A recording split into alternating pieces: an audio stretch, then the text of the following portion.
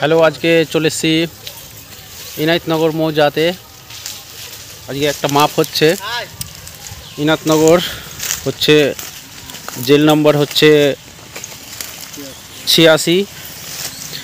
সেখানে একটা পরিমাপ হচ্ছে, দেখতে পাচ্ছেন বাঁশ বাগানের মধ্যে দিয়ে মাপগুলোকে নিয়ে যেতে হচ্ছে।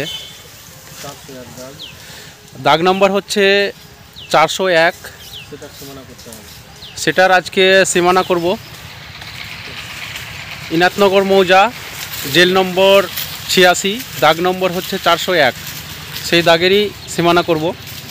দেখতে পাচ্ছেন মাপগুলো আমরা নিয়ে যাচ্ছি রাস্তা থেকে। দুই ধারে দুটো রাস্তা রয়েছে, তো একদিক থেকে আগে আমরা মাপগুলোকে নিয়ে যাচ্ছি।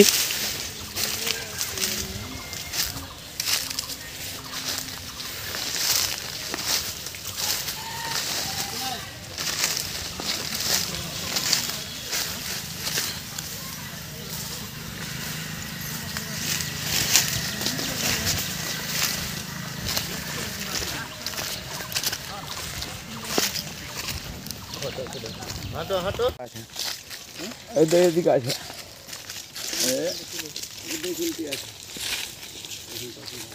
পুতুল টুতুল নেই।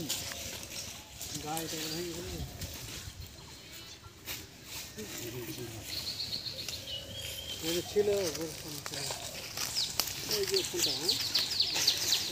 ওইটা মাথা তখন ওই যে ওখানে একটা আছে, এইখান থেকে কত কালি করো তো, নকশা কালি করো, বাইর করো একটু ভালো করে দা দিয়ে কাঁধাটা উদাম করো না। এটা তাহলে তোমার কোনার পিলারটা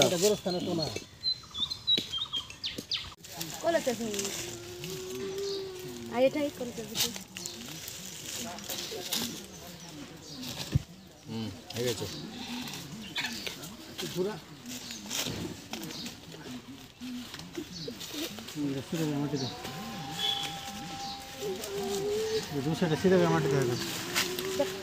ওরা যেরকম কইছে এদিকে আসবে কি না, তাহলে ওদিকে রাস্তা, তাহলে ও রাস্তার ওপর থেকে বাসতলা থেকে আসতে হবে।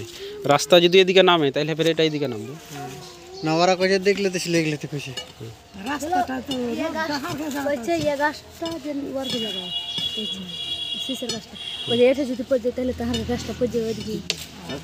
ওরা গাছ কি দরকার মানুষ করে জায়গা তো দিবে আর যেখানে পড়ছে সেখানে এই তো ভেঙে আটকে মারবে না না না না। আমি দেখা গেল আমিও লেন তখন এটা গা জোড়া মনে হয়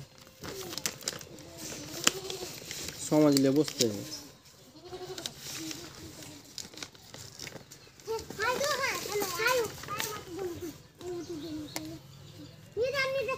আমি নিজে নিজে তখন হিসাব করেছি ওই গাছটা পেরে আমি যাব জমি পাবো। আমার হিসাব সব কিছু করা আছে।